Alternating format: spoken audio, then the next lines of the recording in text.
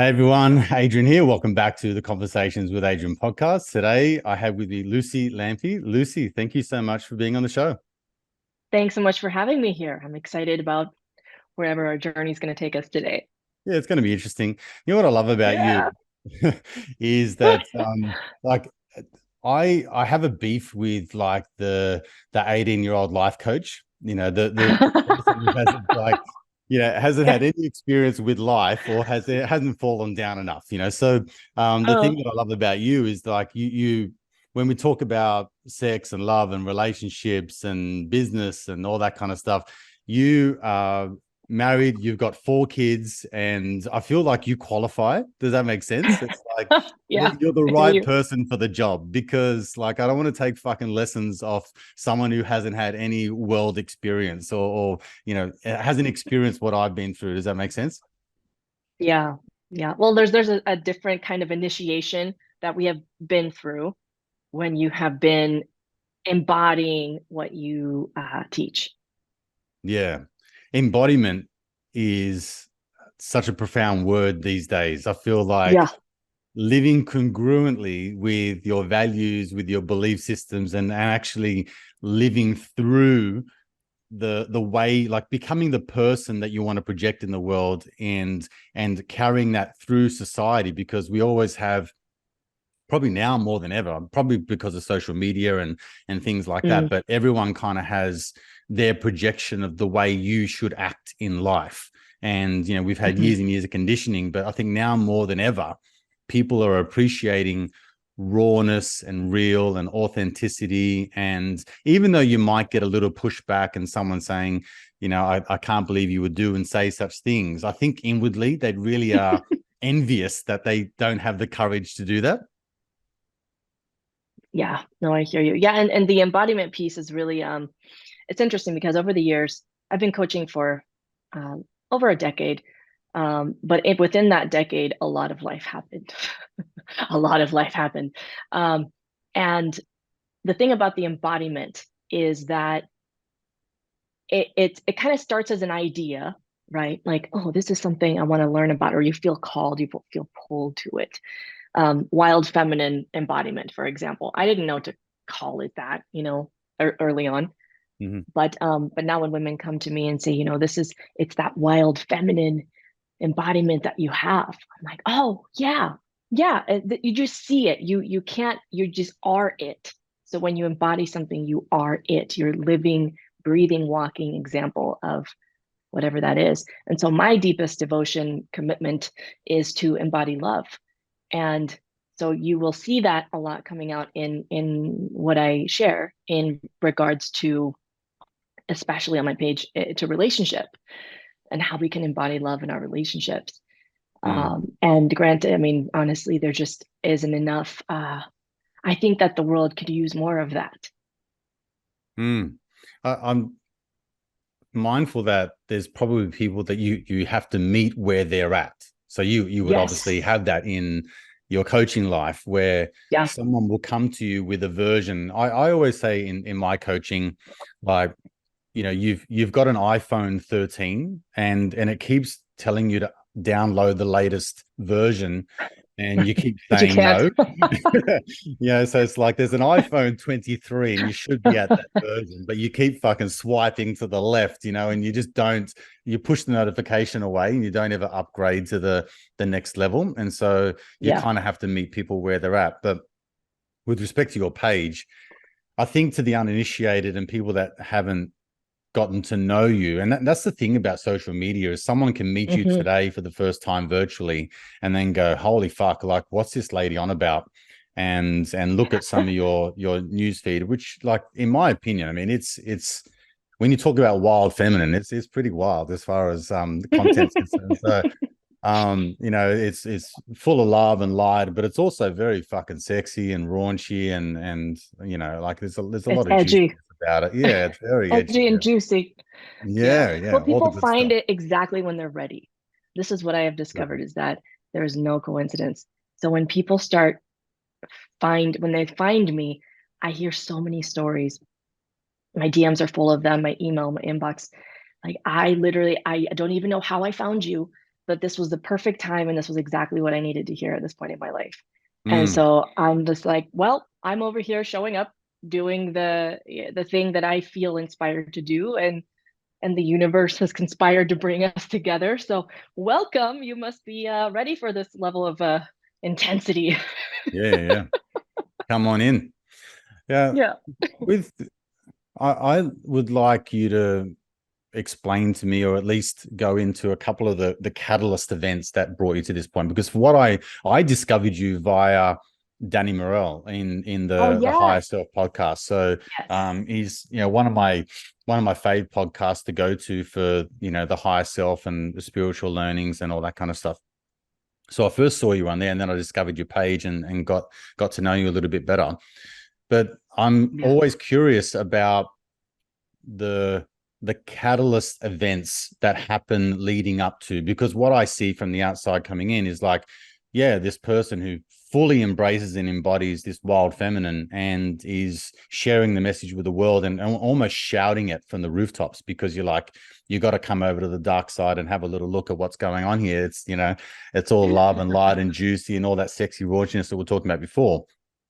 But I know from my own personal experience that there's versions of Luci that had to die before this version come alive. Does that make Oh sense? yeah, so many, so many.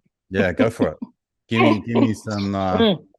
Mm. I think being raw and real, and also being vulnerable in saying I'm a human being just like you, and so I go through all the stuff, and that's what I was so pleased when you said yes to coming on the podcast, because you're a mother of not one, not two, not three, but four children, and a wife, and so and a business owner, and like you're crushing it on one side, and then you've got to be this sort of lady balls boss babe on one hand, and then you've got to be, well, not got to be, but then you are this divine feminine nurturing beautiful woman on the other side, which is a quite a dichotomy in this Mm. world. Yeah. Yeah, well, it's again, just like you mentioned before, it's that congruence, right? So in my almost 12 now years of entrepreneurship, um, I have worn a lot of hats, and I have gone through a lot of different phases. And I remember what it felt like to put on the boss babe hat. And here's what that dynamic looked like, the first several years of that. It was me not wanting to look at the pain, not wanting to feel my emotions, the discomfort of my not so great feeling emotions, and hiding behind work. And I would just work, work, work. So right before we started this, we talked about slowing down. It's happened over the last decade, especially in phases almost. Like I've been initiated to slowing down and being more and more congruent and at ease across my entire life, no matter what I'm doing, in little phases throughout the years. But that was a place that did not feel good. Just grind, hustle. I wrote 3 books in the span of a couple of years. Um, I would launch one project after the other, do events, do retreats, and still not having this deeper peace. So again, phases, right? So one big catalyst was, so in 2015, my husband started having these mysterious pains in his body. And I don't think I went into much detail on this in Danny's podcast. I don't think we really touched on this, but um, I've shared it a lot. It's just more buried in my feed at this point, the details. But here was my husband, who was a military veteran and just the most courageous, ballsy guy I've ever met from the get-go. He would do the crazy things that nobody else would do on assignment or just in his personal life. And I went from having that man as my husband and as the father to our children, to having a man that couldn't even bend over and change diapers. And so it's like, when you hit your funny bone Mhm. and you get that weird feeling. So that's what that feeling was for him, but in his whole body, and it could last weeks or months at a time. So they didn't know what it was. He kept going to specialist after specialist and had surgeries that he apparently didn't even need because they misdiagnosed him.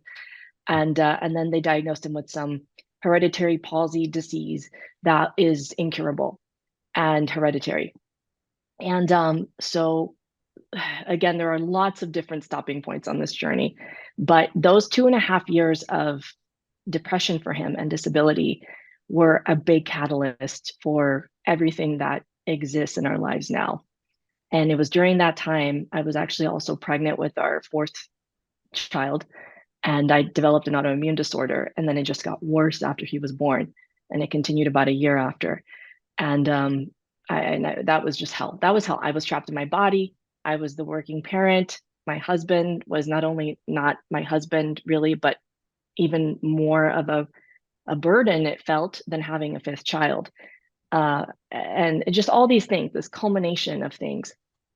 I realized I just can't do this anymore. I can't. Something has to change. And if I can't change my external environment, then something in here has to change. Something here, like I don't know what it is. And I got on Google, literally got on Google. I was like, how to change your beliefs. Ah, And I found like Tony Robbins and Teal ah, Swan and some others, and that kind of got me going in that direction. Because before that, it was, I guess, more traditional self-development, and it just kind of led me into this more open-minded place. So that was a big catalyst. And then I would say the next really big catalyst was early on in COVID, in early 2020. There was a flurry of things that I got into. I started pole dancing. I started doing a daily self-pleasure practice, and I got into all these witchy things. And just, really connecting with spirit and really going deep into these spiritual initiations, with no plant medicine yet at that time. That came later.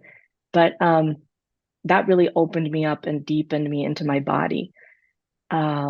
So those are two big catalysts. But ultimately, it's the decision every day to show up and to feel, to share, to open, and to feel love. That's throughout all of this. That's the most challenging thing to this day at some moments, more than others, to just let myself be loved hmm. and to love. When your And that's really husband, what we want. yeah, What was that? absolutely. When your man was going through his depression and all those sorts of things, you had the four children, then you were also going through the autoimmune. Is Yeah. that all at the same time, right? Yeah. Yeah. So, so that would have been a bit of a mind fuck, because when you feel like your marriage is falling apart, or the person that you once loved dearly is not that person anymore, and Mhm. that feeling has subsided, and now you're just going through the day-to-day chores of just doing what's needed to be done to look after little kids. And in your case, like, you're looking after yourself, your four children, and your husband. And so it's like a very heavy burden. I'd imagine you would have like just a lot of anger, a lot of resentment, a lot of like, why did I deserve this? I didn't sign up for any of this shit. And Yeah. was there a part of you that just wanted to just like bail on the whole thing? Oh, And yeah. Absolutely. There was a part of me that wanted to bail on my whole life yeah, at one right. point. Yeah.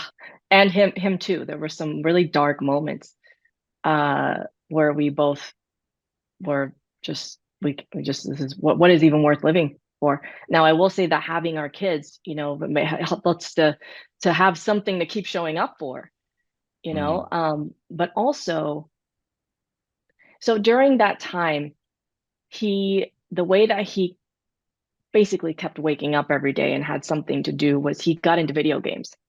And he always would judge people who played video games before that. He's like, they waste their life. They should go out and do something physical, like exercise, get into sports. So ironically, he found himself in that position. And that was what he would do all day. That just gave him something to look forward to. That wasn't just the daily chore of life. The thing for me in that, my coping thing was work. So if I had something that I could create, if I had something that I could, like, I would do these parody music videos. I'm also a performer, and I would do these parody music videos and write these funny mom words to them and do these music videos and put them together. And that fed my soul just enough to keep me going, stuff like that. and then getting to meet people and help people in whatever way that I could, it really helped me to get out of my own hole, dark pit, you know. But yeah, but that didn't heal the deep stuff. It just kept us afloat during the really dark time. Mm. And so in your discovery, in terms of your looking after your children, you've got this autoimmune disease. I mean, there's a lot going on. Yeah. Did Yeah. you ever get to the point where well, how about I'll extract something from my own life. So I had constant ailments in terms of like lower back pain and injuries and all those Mm, sorts of things, constant neck. yeah. And I was injuring muscles and tendons. So this last couple of years seems to be like more of that than I've ever experienced in my life. I've been in the gym for 25 years, that sort of stuff. And I've had accidents and Yeah. things go wrong. But it's like the last couple of years, tearing muscles, injuring parts of my body that were like in a severe way. And so Mm, to me, the recognition at that point was in the past, I would have like go get surgery and right.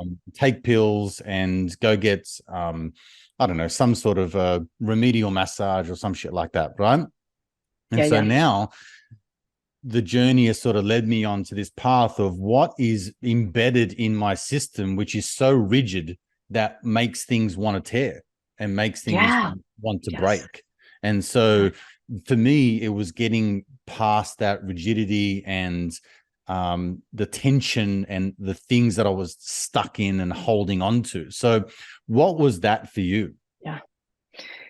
Oh, okay. So I immediately my thought went to as you were describing that, I was thinking about Ryan's journey because his body would constantly break down too, even after he forced his way out. He willed his way out of his, dark hole at one point. He just came to an aha moment, and but his body was still hurting. His body was still breaking down a lot. And it wasn't until he started to do yoga that helped a lot. But it was still there. It wasn't until he did plant medicine that his body actually healed. It just I don't know, whatever it was. I don't think it's everybody's path, but that has been a very powerful part of our journey, and for me as well. But even before that, um, a place that I have actually been able to release a lot of trauma from my body has been through my self pleasure practice.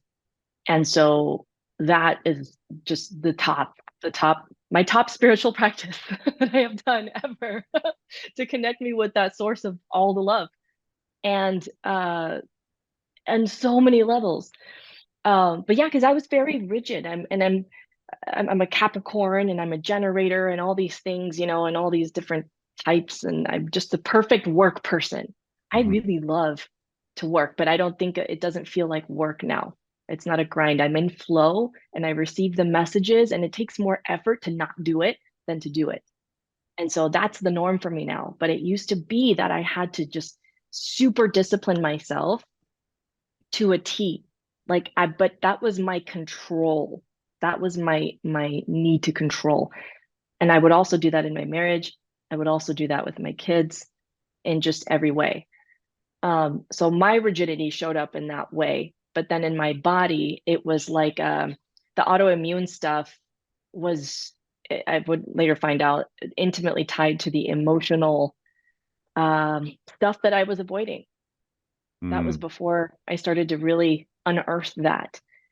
And interestingly enough, I got into Dr. Joe Dispenza's work in 2016, late 2016. That was when I had the worst flare up I ever had on my face.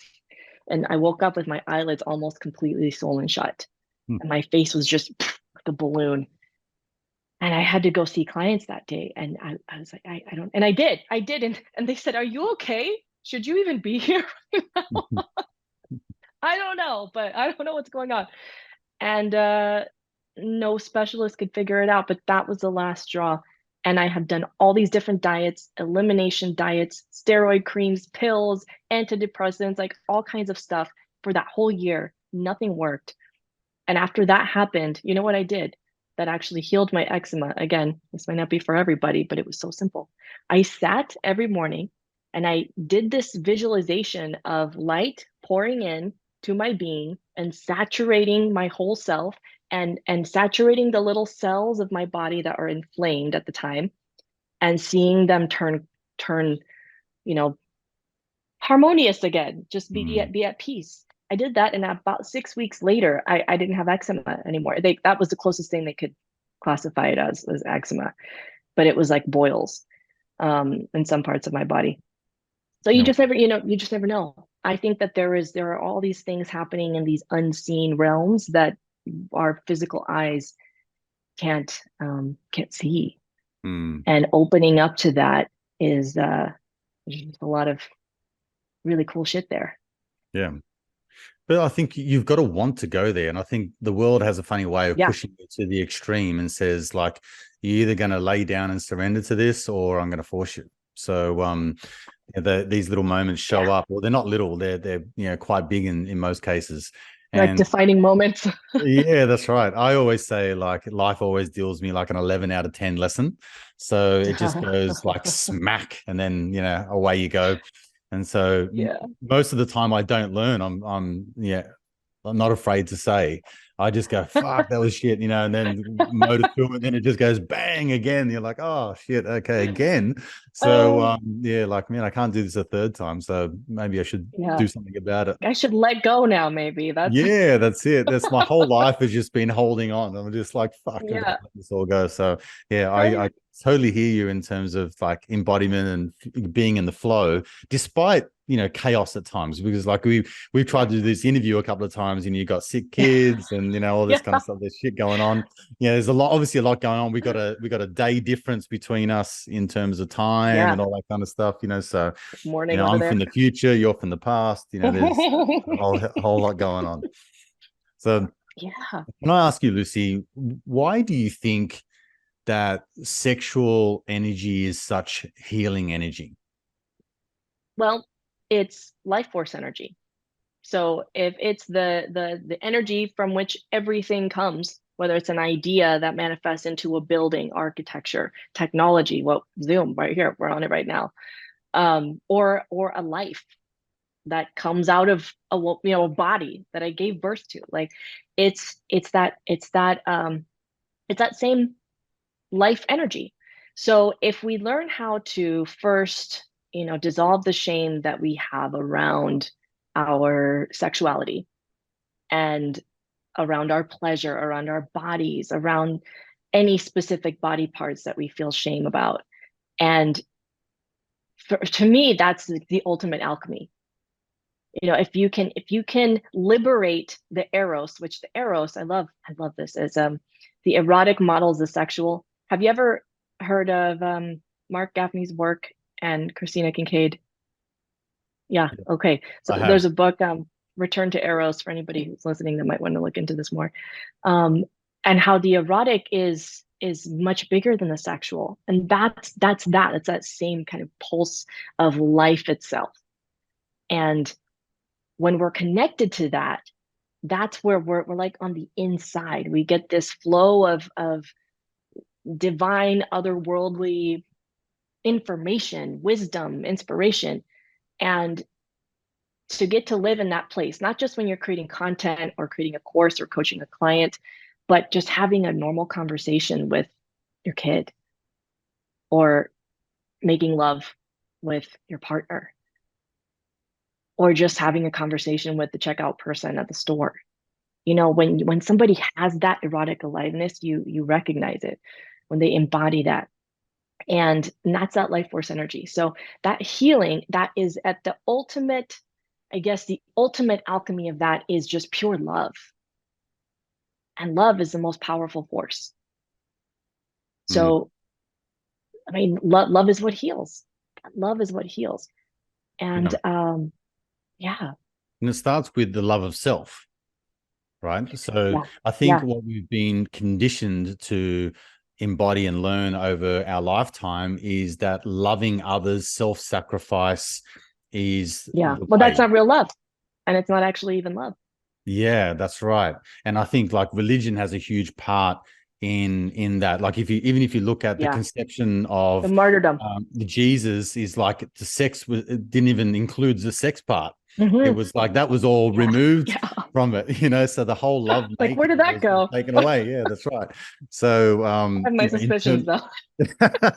yeah, so this sort of immaculate conception was born. Everyone's like, oh well, sex is the least important part, you know, it's just like the conception bit. Right. And it's like everything that led up to that point is the most important part, and that was kind of removed from the story, you know. So I think we've all been conditioned to kind of like love is sacrifice, life is sacrificing, giving yourself to others is love, and we've been never taught like to what it feels like to really love yourself. And I think what you're talking to in terms of that sexual energy and all that kind of stuff is you can just see and feel and kind of resonate with someone who truly just stands on their own 2 feet. And you're like, you know, this person gets it. They're sort of like unapologetically themselves.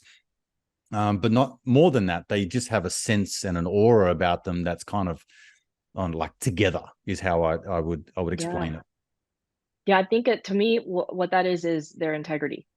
And so when somebody is congruent, again, that congruence, right? They are who they say they are, and they honor their word. Now there's a difference between that and keeping our word, because we can't always do that. Things happen. Hence last week, 1 hour before, I'm like, hey, I can't be there. But when someone is in their in integrity with their heart, they're not withholding from themselves the life that they really want. You know, if I'm not in integrity with myself in an interaction with someone, I'm gonna feel like sheepish inside.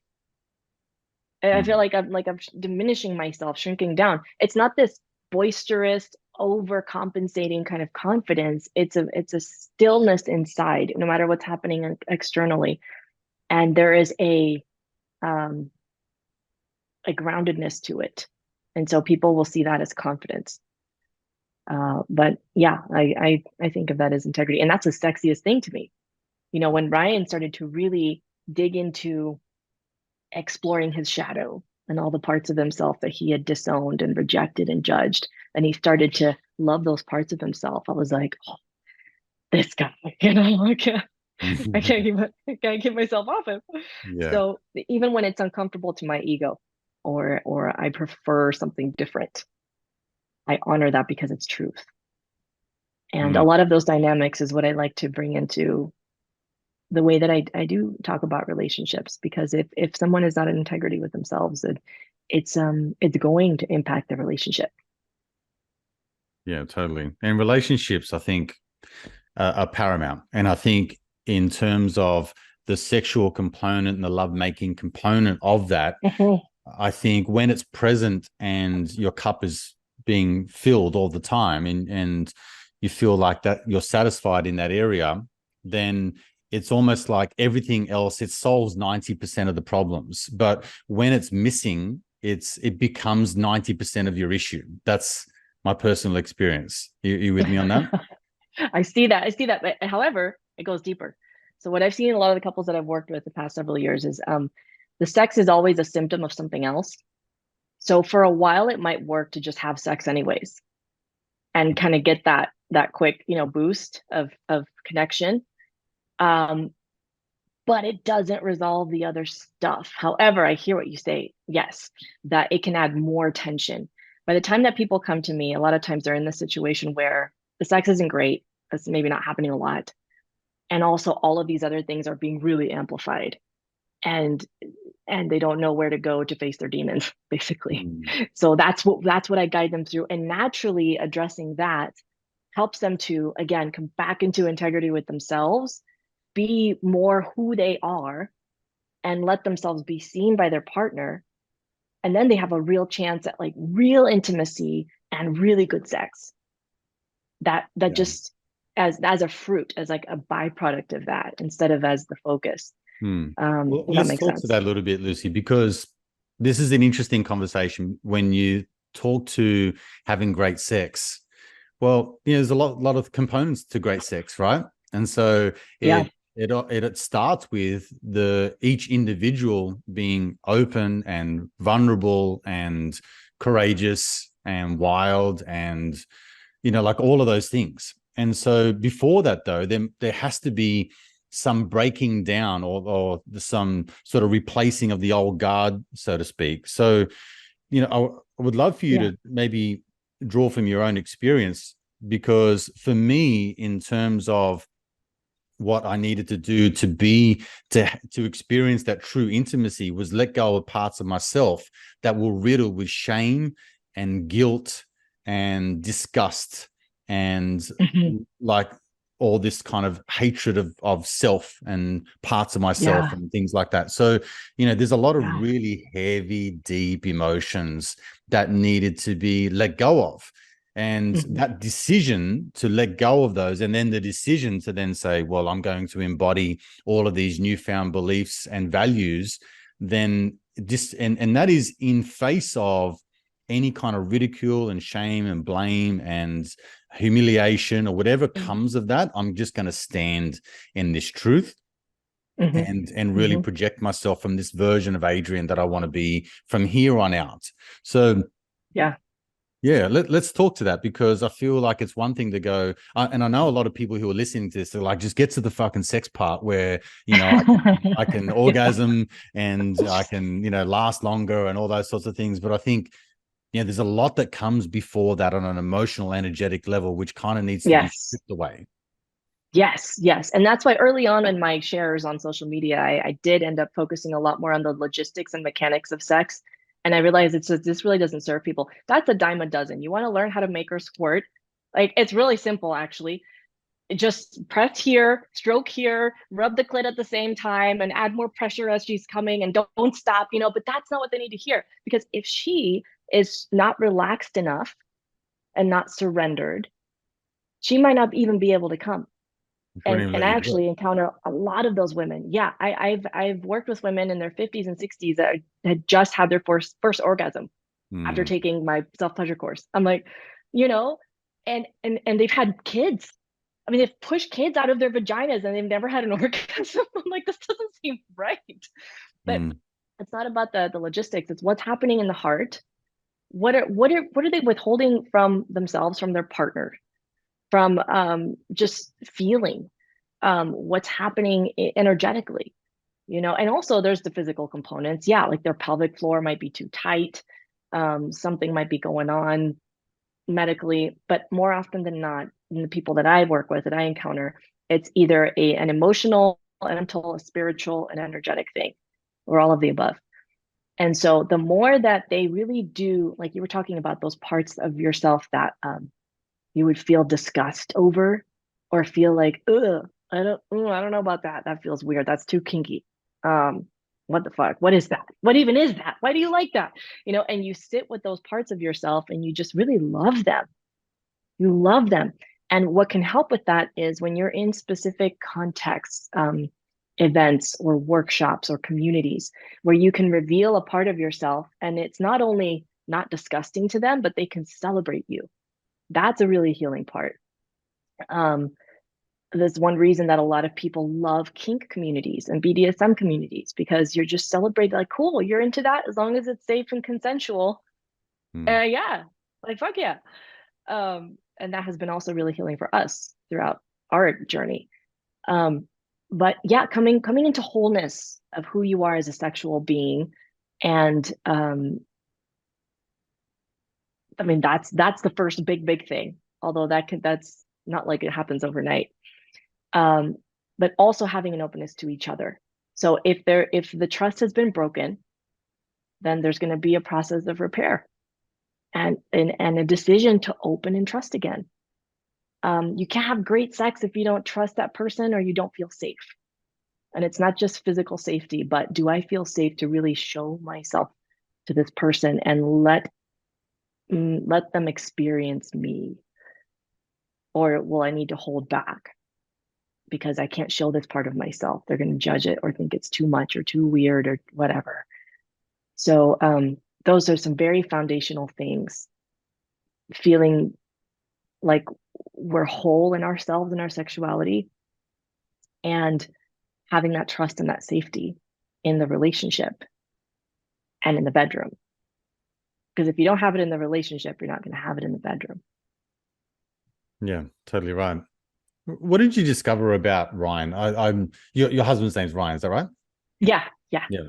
So I think that we live in an interesting time because my experience growing up is that it's beneficial to be open and to be this sensitive new age guy and be in touch with your emotions and all of those things. And then we get to a precipice in life, particularly through this last couple of years, where you're like, well, we kind of need really strong men to lead the way, because we have people that not so nice, and they're forcing their way through our lives and livelihoods and telling us what to do. And so, we need people to stand up to these guys. And so you're looking around to all these men who have been, in my opinion, feminized and, become much more softer over the years, because they've sort of played into this, sensitive new age guy paradigm. And then on the other side, you have the women who have been brought up in this real,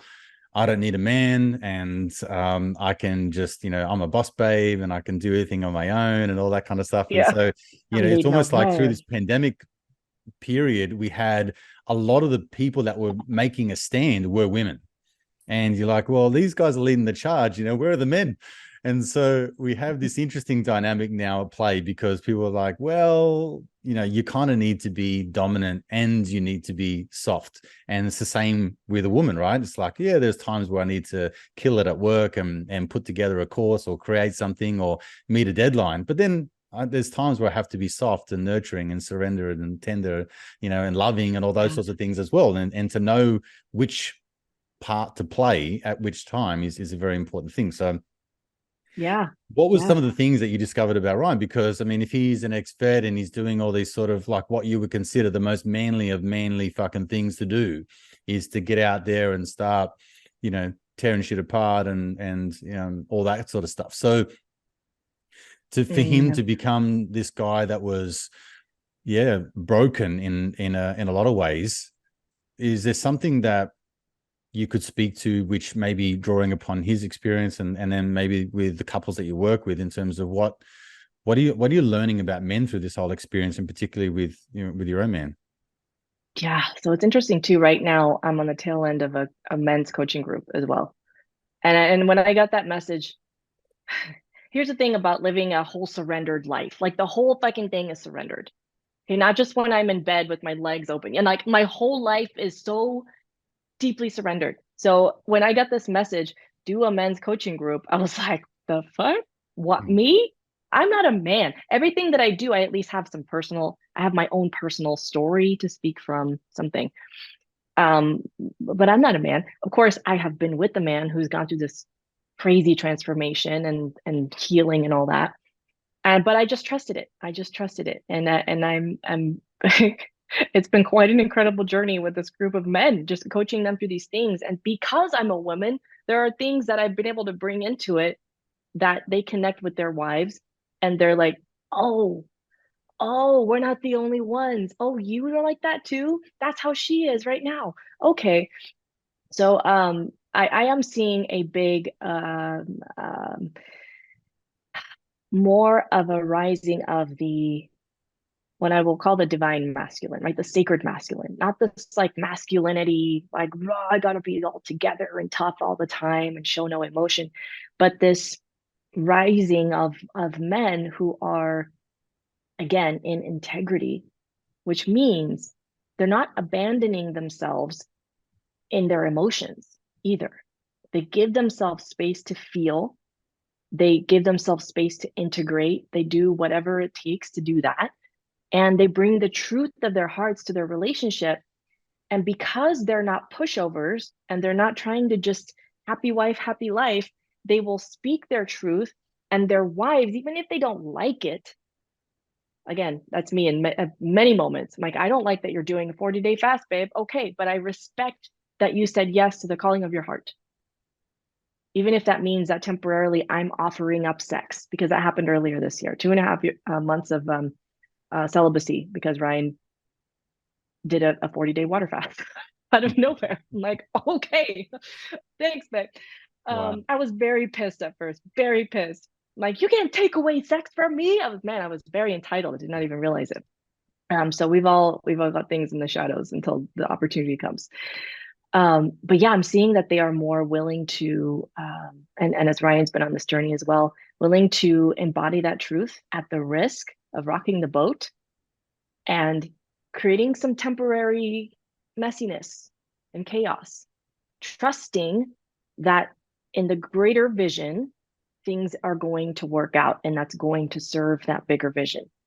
Um, and so I've recognized that just the nature of the feminine uh, rising that happens first. The feminine, it leads in the way of activation within us individually and also collectively. And this is not just a man and woman thing, but we have happened to see it play out with the collective feminine, with women embodiment. We tend to be the ones that will be more attuned to the flow of love. And if something is off, and if we are not self-aware enough to bring the wisdom in that instead of just our ego, we'll end up just like burning shit down. Mm. But that is our work as the feminine, to really be to feel way beneath the riffraff of all of our intense chaotic emotions and find the wisdom in it and bring that. And then let's say our masculine counterpart honors the oracle of that and sees the vision, if it's his also, of course, and then implements or does whatever his part is. So I think even more important than what should I be, boss babe now, or should I be nurturing mother or sexy wife or whatever, it's what serves love best in this moment. And that's the question that I started to ask myself, and that's what allowed everything to be and feel more congruent. So it's not like switching roles. I could be pole dancing in my living room and just like the hottest little moment with myself. And then one of my kids comes in and asks me to buy something on Roblox. And I'm not like, oh, let me get out of my sexy mode. I'm just like, oh yeah, here you go. I love you. Bye, kiss you. And then they go off and do their thing and I'm back into it. And maybe Ryan jumps in and dances with me. Like it's just, you get to be all of you. Mm. But you seem, Luci, that you've crossed the bridge in terms of understanding Ryan from where he's coming from. And he Yeah. obviously has made a huge leap to understand you and where you're coming from. I think what's interesting about relationships and the masculine and feminine dynamic is that there's been a lot of education, a lot of messaging of the last, I don't know, maybe 7 to 10 years, which is honoring the feminine and embracing their wild and their chaos and letting them sort of going about their ways and all that kind of stuff, and being that steadfast rock that kind of it is that safe place for them to experience and express all of those things. But on the other side, it's like when a man expresses himself in his way, it's like, oh, that's toxic. That's Yeah. misogynist. That's something that's like you should know your place. Those sorts of things. I feel like that leap between yourself and Ryan seems like, or maybe I'm wrong, but it carries across through your messaging that he has a deeper understanding of, okay, this is Luci and where she's coming from, and you have the same with him. And I think you'd be able to express yourself in such a way that says, well, I understand that he's making this decision, 40-day fast, denying me of any kind of good sex. And so, I'm pissed at you, but let me understand why you are taking this role, and let me honor and appreciate the decisions that you're making in this situation. So I think like that takes a lot of self-understanding and self-worth, but also valuing the other person to the degree of their individuality, because a lot of relationship speak is you complete me. I'm Yeah, yeah. missing a And if part you of don't do myself and something I I'm like, looking for you, and now you've made my whole life a complete. All of the romantic movies, yeah, all of the songs, yeah. all that kind of stuff. It's kind of um, like that messaging is the romantic fairy tale side that I think has, like, it's almost, we've been sold a lie to a large degree, because it's not you complete me, or you're a part of me that's missing. It's kind of like, well, you are complementary to me, you're an addition to my life, you're a Hmm. part of me that I didn't have, but I'm already whole and complete as I am. So I think that is a very It profound amplifies. learning. Sorry, say that Yeah, again. they're just amplifying each other's love and peace instead of bringing it to them. Yes, yeah, totally. there's Yeah. there's so much to be said about, I think, understanding that there is a dynamic at play, that men and women just think differently, like that. Was it John Gray's Men Are from Mars, Women from Venus? Hmm. Like, it's not really that far from the truth, in my opinion. But I think your willingness to learn another person has a profound impact on the way that you carry yourself in certain situations, because it's not all sunshine and rainbows, as you know. Like, there's just shit that happens with the family dynamic and within relationships that you Yeah. need to just like roll with the punches at that time. Because again, if you're looking at your social feeds, people would probably assume that you guys just fuck around all day and have sex. Like, it's just, this is all you're doing. Be like, yeah, I've got That'd be four fun. kids. Yeah, it's just not that. There is a lot of affection though. That's what's interesting, is because my best friend who lives like 5 minutes away, like anytime somebody asks on a group call, like, it seems like you and Brian are very affectionate all the time, and I don't know if that's real. And she jumps in, she's like, guys, I'm with them a lot and they're like this all the time. Our kids, they're used to it. But yeah, it's just it's not fucking all the time, but there's a high level of eroticism. And that has been cultivated.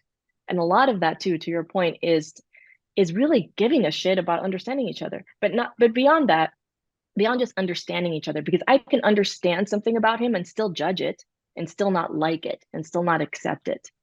So the deeper work has been relinquishing control of the other person and also not withholding our hearts. So if there's so I didn't hold back how I felt to him when that fast started.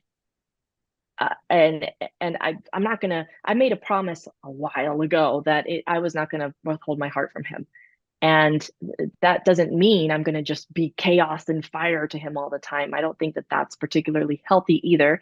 We did go through a season of that when we first started being real and raw with our emotions, and it was messy. But part of the deeper wisdom that we've got to tap into, whether man or woman, is bringing the heavy stuff and the pain and the angst and the grief and the rage to something bigger than ourselves before we bring it to our partner. Because then I can just be offloading onto him, and maybe his nervous system doesn't have the capacity to handle it right then, and it just kind of spirals into something else. Or, I also don't believe that men are supposed to be these oak trees, immovable, unaffected by a woman's emotions. That's that's not a human, that's a robot. So we want our men to be robots. And I have had a lot of men come to me and ask, what am I doing wrong? I'm holding space, but she still doesn't feel seen. I'm like, yeah, man, you're checked out just so that you can hold space. Yeah. So it's a lot. If you see the person in front of you as a whole human being, instead of just a man or a woman or feminine or masculine, and just again, what serves love right now?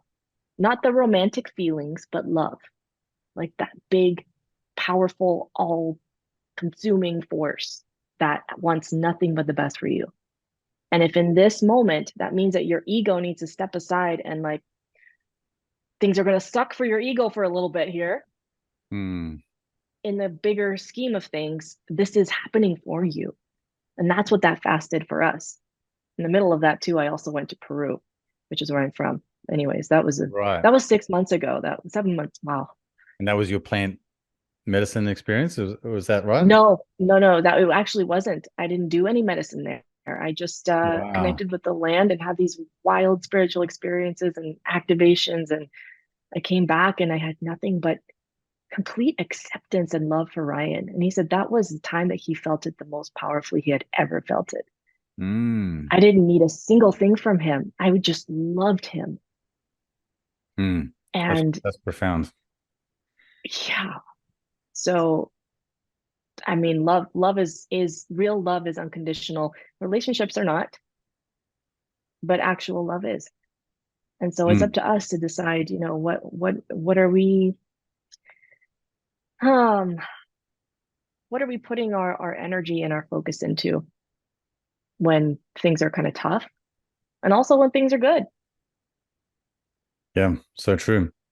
Hey, in wrapping this up, I want to get to a juicy topic. I think Yeah. like I think a lot of people would be like, how do I do it better? I just Hmm. I want to become an amazing lover. And I want wild, passionate sex and all that kind of stuff. But I think before we talk to that, I had a realization that all of my sexual experience in learning was from pornography. So Yeah. I learned how to have sex from pornographic videos. Yeah. And Like a lot of people. yeah, it's just like, fuck, you're like, how did I not see this as a wildly toxic way to learn?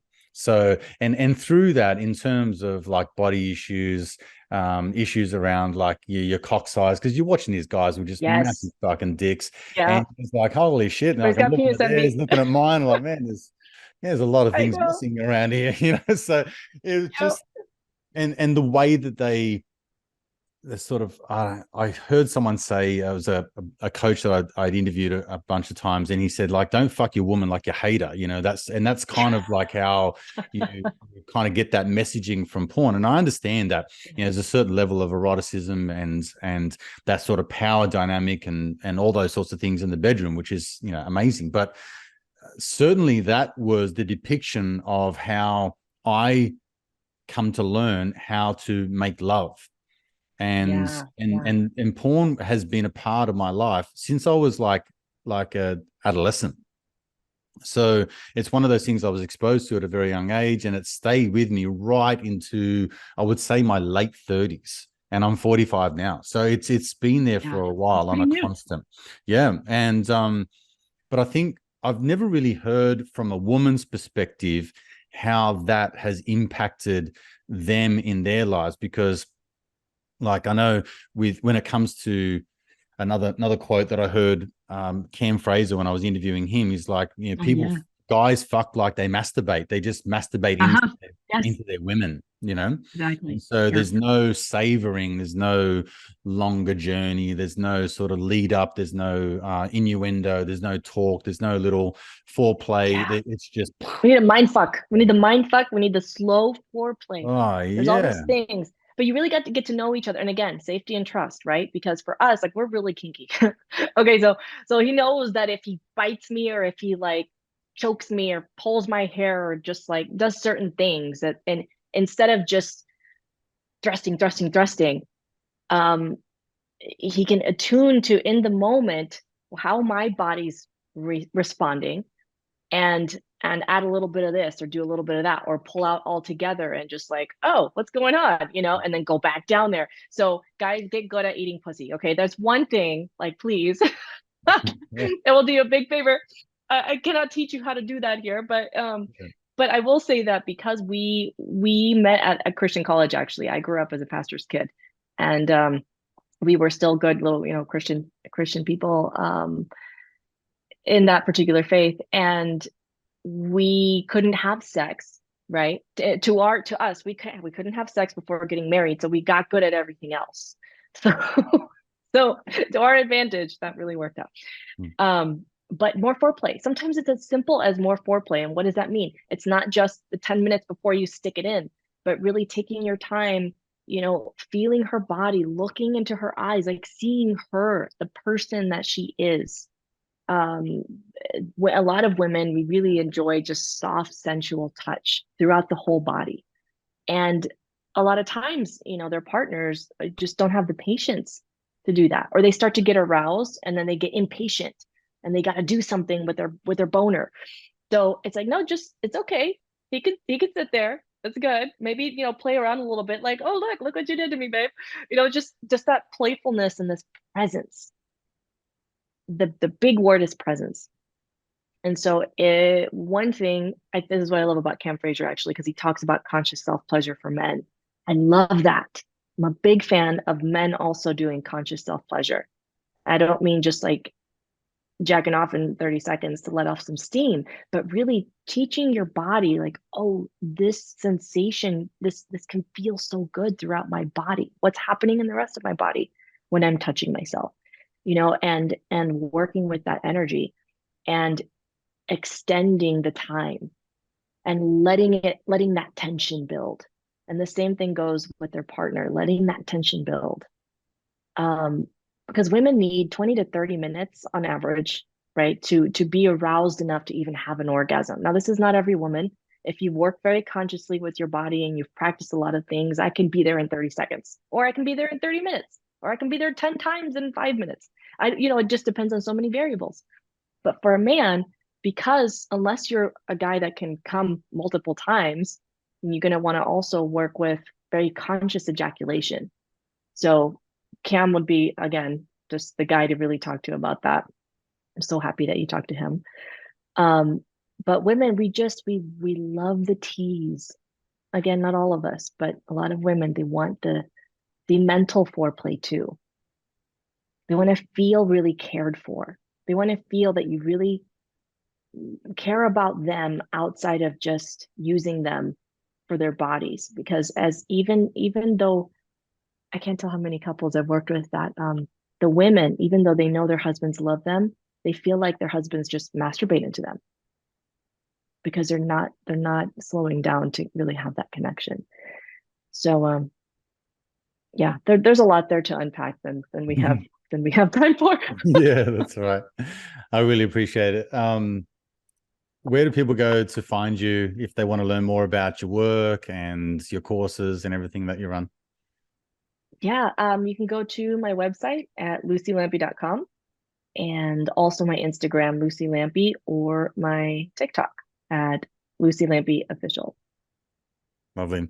I would recommend anyone to go ahead and at least suss out some of your socials and things like that. I think there's a lot to be seen there. I think to the uninitiated, it's a little bit confronting and a little bit like, wow, this is kind of wild. And how do they allow this on Instagram?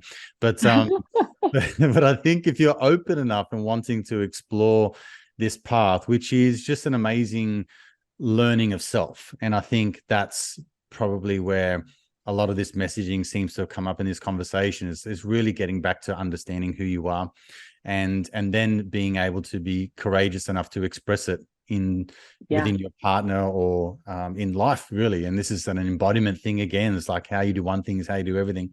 So I really encourage everyone to go ahead and research you and listen to some of your other podcasts you've done, which are amazing as well. Thank you for all your work. Thank you for your time. Appreciate you finally getting to the time to get over the kids' sickness and all that kind of stuff and meet me here in Australia, which is a great pleasure. And I look forward to maybe chatting with you again soon. Okay. Yeah. Thank you so much, Adrian. And thank you, everyone listening. My pleasure. Bye for now.